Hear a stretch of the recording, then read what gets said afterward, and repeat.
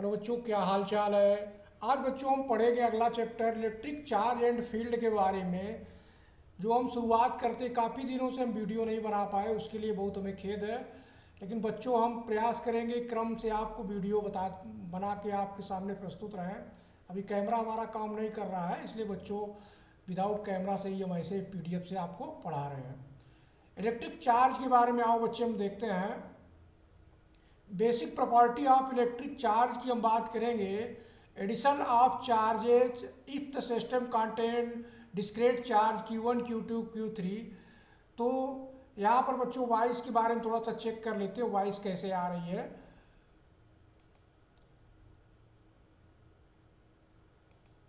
आगे बढ़ते हैं।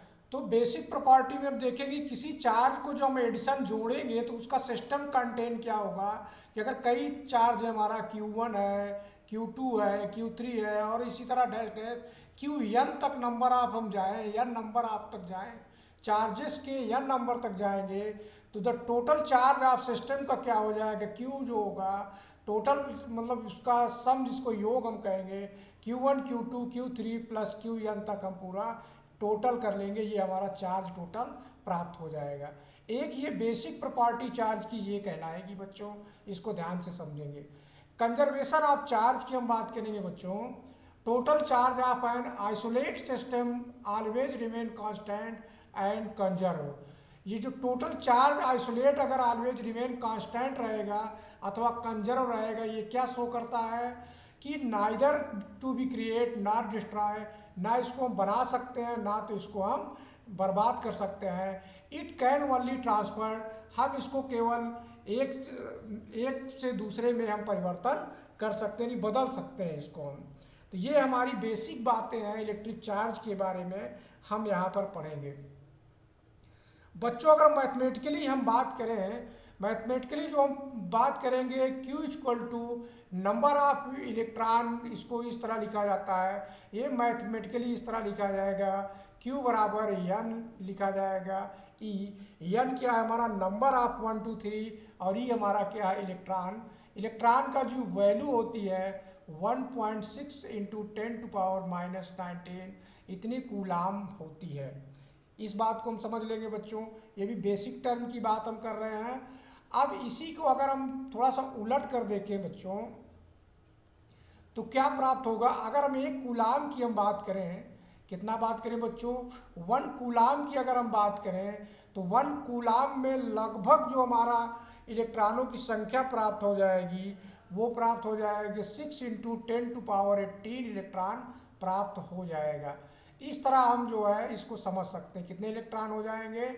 इलेक्ट्रॉन जो प्राप्त हो जाएंगे वो 6 इंटू 10⁻18 इलेक्ट्रॉन प्राप्त हो जाएंगे।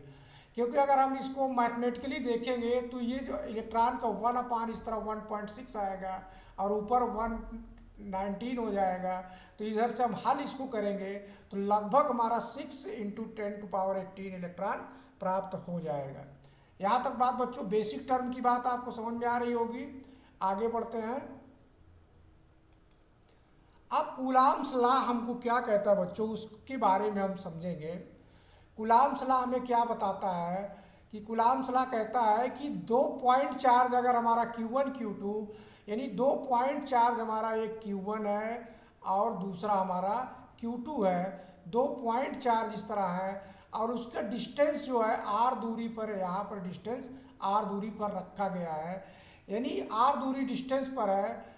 और इसका फोर्स की हम बात करेंगे तो फोर्स जो हमारा प्राप्त होगा उसको हम इस तरह रिप्रेजेंट करेंगे, फोर्स इक्वल टू लिखा जाएगा Q1 Q2 अपान R का स्क्वायर।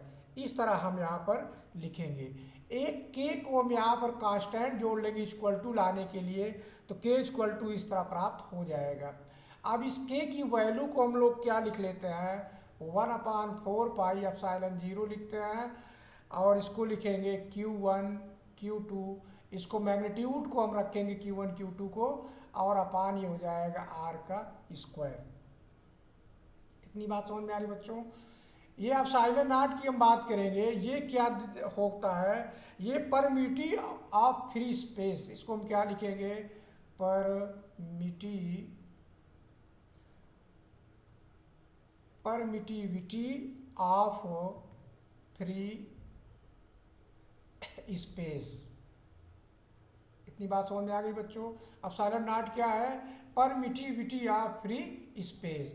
इसकी जो वैल्यू होती है, इसकी वैल्यू होती है, अब साइलेंट नॉट की वैल्यू हम देखेंगे 8.854 इंटू 10⁻⁻12 लिखा जाएगा कूलाम स्क्वायर न्यूटन इनवर्स, और हो जाएगा मीटर-2। इसी को हम यहाँ पर पलट के Q1 Q2 को यहाँ पर अगर इसको सब पलट के हल करेंगे तो ये हमारा जो है इसकी यूनिट प्राप्त हो जाएगी। ये यूनिट कहाँ से आया? यानी इसी को हम नीचे जब पलटेंगे सबको तब इतना हो जाएगा। एफ का हमारा न्यूटन में चला जाएगा और इस तरह सबको हम यहाँ पर पलट कर चेक कर लेंगे। तो के को मान की हम बात करेंगे तो के इक्वल टू जब लिखा जाता है बच्चों 1/4πε0 या नॉट पढ़ते हैं तो इसका मान जो वैल्यू होता है 9 × 10⁹ कूलाम -2 और लिखा जाएगा न्यूटन मीटर स्क्वायर। कभी कभी बच्चों ये यूनिट को भी एग्जाम में पूछता है तो इसको भी हम बहुत ध्यान से देखेंगे। इतनी बात समझ में आ रही है बच्चों? अब इसके बाद हम अगर मल्टीपल चार्ज की बात करें, अभी मल्टीपल चार्ज की बात ना करके हम यहाँ पर क्या पढ़ते हैं बच्चों, हम यहाँ पर एक बात और पढ़ना चाहते हैं कि वेक्टर का जब हम लोग देखते हैं बच्चों तो वेक्टर में हम लोग जो है वेक्टर फॉर्म की में यहाँ पर बात कर लेते हैं। तो वेक्टर फॉर्म में क्या क्या हम देखेंगे, कैसे प्रयोग में लाया जाता है इसका अनुप्रयोग में। तो वेक्टर फॉर्म की हम यहाँ पर थोड़ा सा जिक्र कर लेते हैं। वेक्टर फॉर्म में क्या क्या हमको देखना है कि अगर हम ये मान लें कि एक हमारा फोर्स जो है, फोर्स यहाँ पर जो लग रहा है हमारा 1 फोर्स है, और एक फोर्स अगर हम 2 यहाँ पर लगा देते हैं, फोर्स हमारा 2 लगा देते हैं, तो फोर्स 1 2 और 2, तो इसको हम जब 2 और 1 के अनुसार जब फोर्स लग रहा है तो 1 2 लिखा जाएगा और इसको लिखा जाएगा 2 1 लिखा जाएगा। इस तरह जो फोर्स यहाँ पर लिखा जाएगा 1 2 और 2 1 लिखा जाएगा। इस पॉइंट को हम यहाँ से यहाँ तक जो दूरी है, इस दूरी को हम इस तरह रिप्रेजेंट करेंगे वेक्टर में। आर वेक्टर लिखा जाएगा, आर वेक्टर 2 1 इक्वल टू लिखा जाएगा R2 vector minus R1 vector. ये जो R1 R2 प्राप्त हो रहा है, कोई हम ओरिजिन यहाँ से ले लेते हैं और यहाँ से जो दूरी हम यहाँ पर मानते हैं ये हमारा R2 वेक्टर पर है और ये हमारा क्या है बच्चों, R1 वेक्टर पर है। इस तरह इसको जो है हम रिप्रेजेंट कर लेते हैं। अब यहाँ पर हम देखेंगे कि वेक्टर फॉर्म में जब होगा तो जो हमारा F1 F2 जो हमारा प्राप्त होगा तो वो due to charge Q1 Q2 से हो जाएगा। तो Q1 Q2 से जब हो जाएगा तो हम इसको लिख सकते हैं फोर्स 1 2 जो हमारा रहेगा वो किसके कारण हो रहा है, Q1 लिखा जाएगा ऑन चार्ज जो हमारा प्राप्त होगा, ऑन चार्ज Q1 Q1 किसको हम मान लेते हैं, यानी इस 1 2 पर Q1 मान लेते हैं और ड्यू टू किसकी वजह से, ड्यू टू हम मानेंगे ड्यू टू Q2 यानी इसको हम Q1 मान लेते हैं और इसको हम Q2 मान लेते हैं। इस तरह Q1 Q2 अलग अलग मान लेते हैं। तो यहाँ पर जब अलग अलग चार्ज होगा तो यानी Q1 चार्ज जो प्राप्त हो रहा है ड्यू टू Q2 की वजह से। इसी तरह फोर्स हम बात करेंगे 2 और 1 के लिए, तब इसमें हम क्या लिखेंगे, ऑन चार्ज किसकी हम बात करेंगे, ऑन चार्ज जो हमारा रहेगा वो Q2 जो आएगा ड्यू टू लिखा जाएगा Q1। क्या लिखा जाएगा, ड्यू टू Q1। अब यहाँ पर फोर्स की हम बात करेंगे तो फोर्स अगर हम देखें बच्चों तो फोर्स 2 1 की अगर हम बात करेंगे, यहाँ पर वेक्टर सब में रिप्रेजेंट कर देंगे, तो यहाँ पर भी हम वेक्टर रिप्रेजेंट कर देंगे, यहाँ पर भी हम वेक्टर रिप्रेजेंट कर देंगे। तो 2 1 की बात करेंगे तो 1/4πε0 लिखेंगे, Q1 Q2 अपान ये जो दूरी हमारी रहेगी, डिस्टेंस जो लिखी जाएगी, मैग्नीट्यूड लिखेंगे R2 माइनस R1 इस तरह लिखेंगे। और यहाँ पर लिखा जाएगा, ब्रैकेट में लिखा जाएगा R2 माइनस R1, ऐसे रिप्रेजेंट किया जाएगा। इतनी बात समझ में आ रही बच्चों? अब इसको जो हम लिखने का तरीका है उसको इस तरह भी लिखते हैं, 1/4 पाई एप्सिलॉन 0। अब लिखेंगे Q1 Q2 अपान लिखेंगे, अब मैग्नीट्यूड लिखेंगे, R लिखेंगे 2 1, इस तरह वेक्टर लिखेंगे और इसको लिख देंगे इस तरह फैक्टर में कैप में R लिख देंगे 2 1, इस तरह रिप्रेजेंट कर देंगे। ये जस्ट अपोजिट किसके होगा, माइनस लिखेंगे फोर्स, माइनस फोर्स कितना हो जाएगा 1 और 2 के, इसके जस्ट अपोजिट डायरेक्शन में है, तो इस तरह हम इसको -F के लिख सकते हैं। तो यहाँ पर इस इक्वेशन से हम क्या देखते हैं कि कूलाम्स लॉ किसका पालन करता है, न्यूटन्स थर्ड्स लॉ का पालन करता है। तो ओबे हम यहाँ पर लिख सकते हैं, ओबे न्यूटन्स थर्ड्स लॉ का पालन करता है, थर्ड्स लॉ का पालन करता है। यहाँ पर हम इस बात को भी ध्यान देंगे।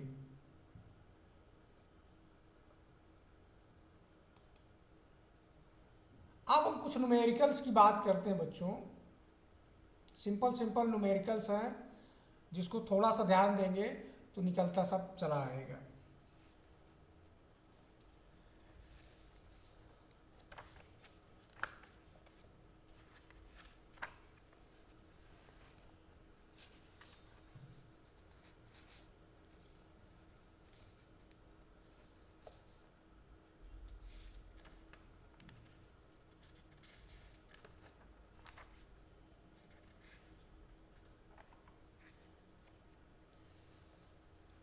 अब इसमें जो बच्चों पहला हम न्यूमेरिकल देख रहे हैं कि Q1 Q2 दो यहाँ पर आवेश दिया गया है और दोनों आवेशों के जो बीच की दूरी है 20 सेंटीमीटर दिया गया है। तो अब इसको हम फोर्स की अगर हम गणना करेंगे तो F इक्वल टू क्या लिखा जाता है, 1/4 पाई एप्सिलॉन 0, और यहाँ पर डिस्टेंस कितना है लिखेंगे Q1 Q2 अपान R का स्क्वायर। अब इसके स्थान पे जो वैल्यू बैठाएंगे बच्चों, 9 × 10⁹ हो जाएगा। Q1 लिखेंगे 1 × 10⁷ इंटू 2 × 10⁷ अपान 20 सेंटीमीटर है, 20 सेंटीमीटर है, इसको मीटर में चेंज कर लेंगे तो ये हो जाएगा 20 सेंटीमीटर इक्वल टू लिख सकते हैं 20 × 10⁻² मीटर हो जाएगा। कितना लिखेंगे, -2 मीटर। तो यहाँ पर लिखेंगे 20 × 10⁻² का स्क्वायर लिख लेंगे। इतनी बात समझ में आ रही बच्चों? अब इसको हल करते हैं तो 9 × 10⁹ इंटू 10⁷ इंटू 2 × 10⁷ अपान इसको स्क्वायर जब करेंगे तो ये कितना प्राप्त हो जाएगा, ये 4000 हो जाएगा इंटू 10⁻⁻4 प्राप्त हो जाएगा। अब यहाँ से गुणा कर लीजिए, ये कितना आ गया बच्चों, इसको गुणा करेंगे तो हो जाएगा 18 हो जाएगा, इंटू इसको सब देखिए यहाँ से घात जोड़िए, 7 7 14 हो गया और 9 यानी 23, कितना हो जाएगा 10⁻23 अपान ये हो जाएगा 400 इंटू 10⁻⁻4, इतना प्राप्त हो जाएगा। यहाँ पर जो फोर्स जो प्राप्त हो रहा है तो आवेश कभी भी इतना ज़्यादा नहीं होता बच्चों। यहाँ पर क्वेश्चन में माइनस का प्रयोग कर लेते हैं, तो माइनस जब कर लेंगे तब हमारा जो है फोर्स कम निकलेगा, नहीं इस तरह फोर्स का मान बहुत ज़्यादा हो जाएगा, जो कि यह संभव नहीं है, इतना आवेश लाना संभव नहीं है। तो इस तरह हम जो है माइनस कर लेते हैं। अब यहाँ पर कैलकुलेशन हम सही से करेंगे। अब ये 14 से 9 घटा लीजिए, कितना प्राप्त हो जाएगा, 14 से 9 हम घटा लेंगे तो ये प्राप्त हो जाएगा 5 आ जाएगा। तो यहाँ पर लिखेंगे 10⁻⁻5। अब ये 4 से कट जाएगा तो ऊपर कितना बचा बच्चों, 18 हो गया इंटू 10⁻⁻1 बचा और अपान ये 400 हो गया। अब इसको अगर हम हल कर लें, भाग कर लें, तो इसको हम इस तरह लिख सकते हैं गुणा करके, यानी 1/8/4 लिखेंगे इंटू 10⁻², नीचे हो जाएगा और ऊपर 10⁻⁻1। इसको और अगर हम सरल करेंगे ऊपर ले जाएंगे तो आ जाएगा 18/4 इंटू 10⁻³ प्राप्त हो जाएगा।